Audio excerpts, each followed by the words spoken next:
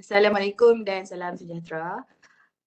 Bagi kumpulan kami mendapat tajuk untuk cukai pendapatan individu di Singapura. Okey, untuk pengenalan untuk tajuk ini adalah diasaskan pada tahun 1819 oleh Sir Stamford Raffles sebagai pos pedagang British dengan corak ideologi perdagangan bebas. Singapura disenaraikan sebagai bandar termahal di dunia bersama New York dan Economist Intelligence Unit dalam tinjauan kos sara hidup sedunia. Singapura Singapura akan menaikkan cukai pendapatan individu mengikut kadar pendapatan tahunan bermula tahun 2023 dengan penduduk pendapatan lebih daripada 500,000 dan SGD 1 juta yang dikenakan cukai 23% manakala 24% bagi penduduk yang berpendapatan lebih daripada SGD 1 juta. Berita Harian tahun 2022. Seterusnya saya akan mentangkan tentang analisis cukai. Analisis cukai ialah definisi semua pendapatan yang diperolehi oleh individu sebagai pekerja daripada pengajian tahunan boleh dikenakan cukai melainkan dikecualikan secara khusus di bawah Akta Cukai Pendapatan atau disenaraikan sebagai pengecilan cukai oleh pentadbiran sedia ada IRAS 2023. Tujuan cukai. Tujuan cukai adalah untuk menyumbang kepada pendapatan negara. Cukai pendapatan individu berbentuk progresif kerana kadar cukai dikenakan mengikut pendapatan individu. Semakin tinggi pendapatan individu, semakin tinggi kadar cukai yang perlu dibayar kepada kerajaan. Kutipan cukai membolehkan kerajaan menjana pendapatan yang besar bagi membina infrastruktur dan kemudahan awam bagi rakyat. Dan seterusnya, pertumbuhan ekonomi, peningkatan ekonomi memberi tumpuan kepada prospek pasaran, dalaman tenaga buruh dan ekonomi negara. Seterusnya saya akan serahkan kepada Cik Siti Nur Azlin. Terima kasih. Terima kasih Cik Fatin. Assalamualaikum dan selamat sejahtera. Seterusnya saya akan meneruskan sambungan mengenai agihan semula. Agihan semula merapatkan jurang pendapatan individu. Hasil daripada cukai yang dikutip, kerajaan boleh memberikan manfaat kepada penduduk di Singapura seperti subsidi. Subsidi akan memberi manfaat kepada majoriti rakyat dengan bantuan yang lebih disasarkan kepada golongan yang berpendapatan rendah dan lebih memerlukan. Pembelanjaan pembangunan sosial Singapura pada tahun fiskal 2021 adalah berjumlah SGD dolar 48.4 bilion iaitu 49.6% pada tahun 2022. Subsidi pendidikan adalah universal untuk warga Singapura. Bantuan kewangan yang meliputi pembelanjaan untuk kanak-kanak dari keluarga berpendapatan rendah dan akhir sekali penjagaan kesihatan dan perumahan awam juga banyak diberikan subsidi dan harga dikawal. Klasifikasi cukai pendapatan individu terbagi kepada 4 iaitu pekerjaan, pekerja sendiri dan perkongsian, bukan warga negara dan majikan. Teknik dia iaitu insiden Undang-Undang Income Tax pada tahun 1966. Individu yang dikenakan cukai mengikut income tax pada tahun 1966. Semua kategori pekerja termasuk pekerja sepenuh masa, sambilan, bekerja bukan bermustatin, pengarah syarikat atau lembaga pengarah dan lain-lain. Dari insiden ekonomi, pembayaran cukai adalah golongan yang tertentu mempunyai pendapatan yang dikenakan cukai. Tidak termasuk individu dikenakan cukai pendapatan. Akhir sekali, teknik cukai bagi cukai pendapatan individu adalah cukai langsung. Bagi asas pula, individu yang mempunyai melebihi nilai ambang yang ditetapkan mengikut income tax pada tahun 1966, cukai pendapatan tergantung pada status bermaustatin. Cukai individu dianggap sebagai bermaustatin lah untuk taksiran bertentu jika ada seseorang warga negara yang menetapkan di Singapura kecuali ketidakhadiran warga negara Singapura atau penduduk tetap sementara atau warga asing yang telah tinggal bekerja di Singapura dengan lebih lama. Warga asing yang telah bekerja di Singapura untuk tempoh berterusan selama 2 tahun, jumlah tempoh tinggi sekurang-kurangnya 183 hari. Ia terpakai kepada pekerja yang memasuki Singapura tetapi tidak termasuk pengarah syarikat, penghibur awam ataupun profesional. kadar cukai pendapatan di Singapura dinaikkan berkuat kuasa pada tahun 2024 dan kadar 23% bagi pendapatan melebihi 500,000 sehingga 1 juta. Manakala yang melebihi 1 juta akan dikenakan cukai pada 24%. Bagi struktur kadar cukai ni individu Singapura adalah progresif. Semakin tinggi pendapatan, semakin tinggilah kadar cukai dikenakan ke atas individu. Macam contohnya 20,000 tiada cukai, untuk 10,000 tambahan dikenakan cukai 20%. Jika cukai pendapatan yang dikenakan adalah 200 US, pendapatannya 100 juta dikenakan cukai 24%. Jadi cukai yang perlu dibayar adalah 240,000. So saya serahkan kepada ahli kumpulan saya, Encik Firdaus, untuk seterusnya. Okey, terima kasih Cik Azlin. Okey, saya Muhammad Firdaus. Saya akan meneruskan slide ini. Okey, slide pada 2.4 adalah kadar cukai pendapatan individu. Okey, kadar cukai pendapatan individu dia semakin hari semakin bertambahlah, bermula daripada 2014 hingga 2024. Okey. Yang pertamanya, kenaikan sebanyak 2%. Kita dapat lihat gross tax payable sebanyak 200 penambahan, dan tahun selanjutnya, tahun kehadapan, peningkatan sebanyak 3.50%. Jadi peningkatan sebanyak 350 dolar. Jadi tahun berikutnya juga meningkat sehingga tahun 2024. Okey. Just by income ni yang kita dapat lihat di slide tersebut, peningkatan yang income tax bagi kerajaan Singapura di antara 2014 sehingga 2016, kita dapat lihat melalui slide ni sebanyak 17% dia punya peningkatan dia. Jadi tahun berikutnya 2017 hingga 2023 sebanyak 18%. Dan 2024 dia adalah sama, dia flat. 2023 dengan 2024 dia ada flat. Okey, seterusnya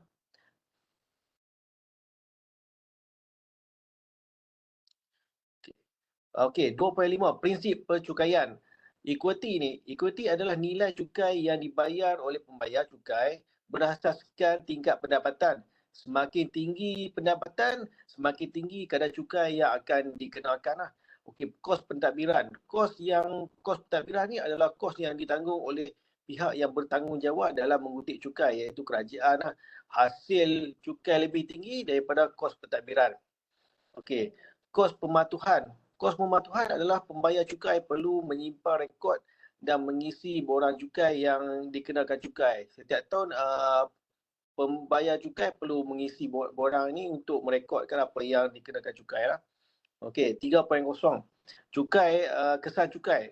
Kesan cukai ini adalah meningkatkan pendapatan kerajaan. Adalah satu-satu pendapatan kerajaan Singapura adalah menerusi cukai. Peningkatan hasil cukai yang dikutip bagi tahun 2016 sehingga 2022 menyumbang kepada hasil operasi kerajaan Singapura dan peningkatan kepada perbelanjaan negara bagi menampung keperluan sosial dan ekonomi negara lah, pembangunan, pendidikan, kemajuan, teknologi, semua ni bergantung kepada hasil yang dikutip, iaitu cukai.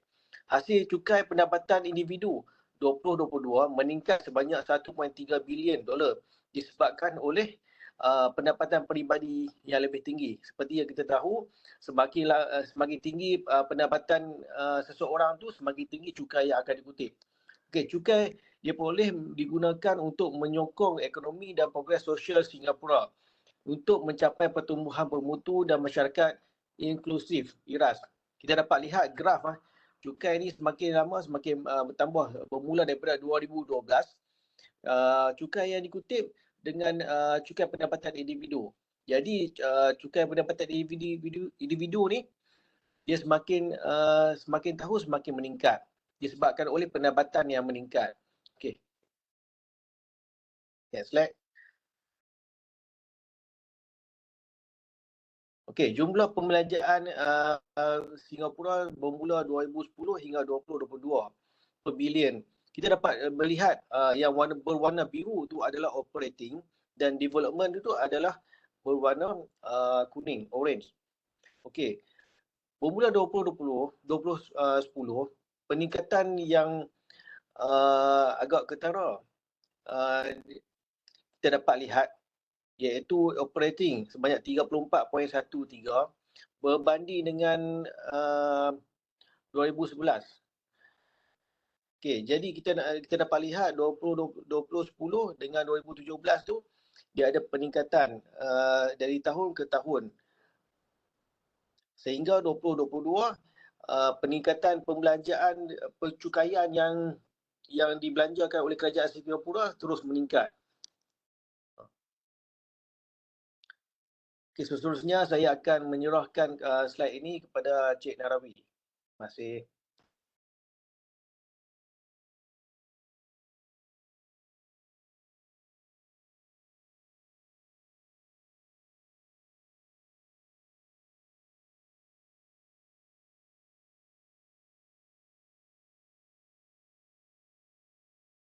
Cik Awi suara.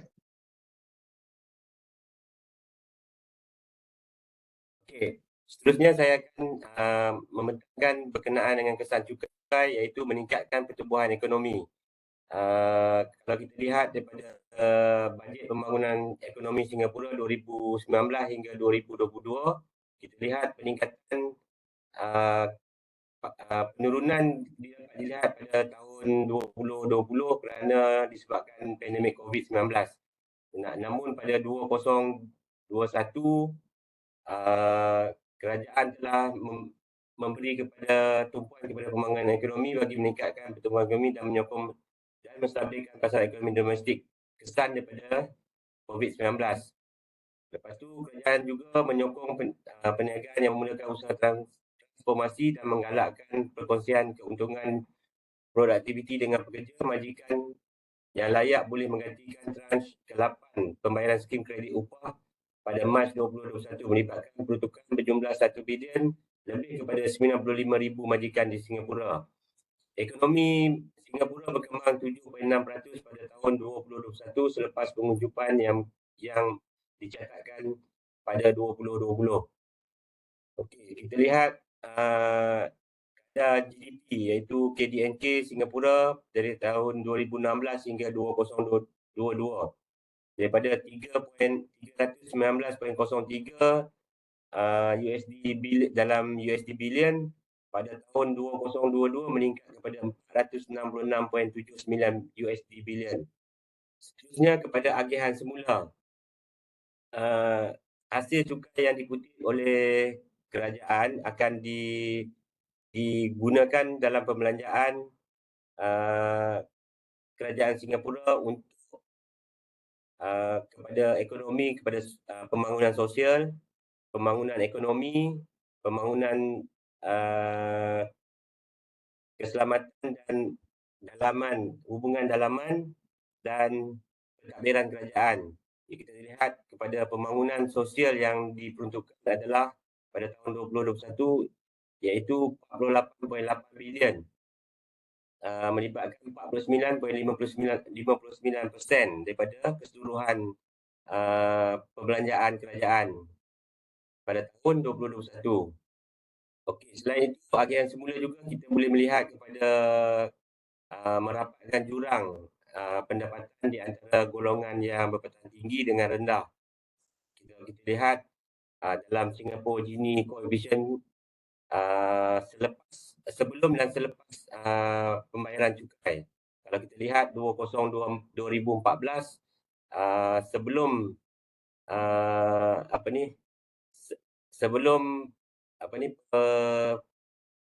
pengutipan cukai tu dia punya Gini Coefficient adalah 0.425.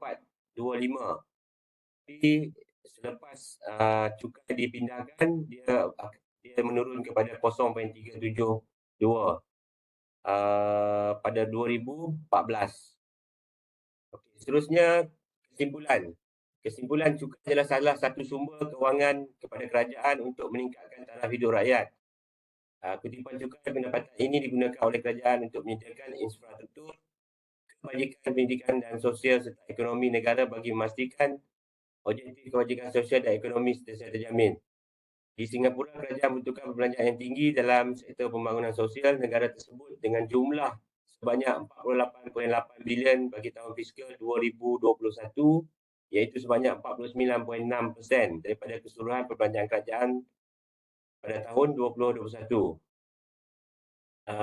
Yang mana pembangunan ekonomi adalah 22.6%, sektor keselamatan dan hubungan luar 24.2% dan sektor pentadbiran kerajaan sebanyak 3.5%.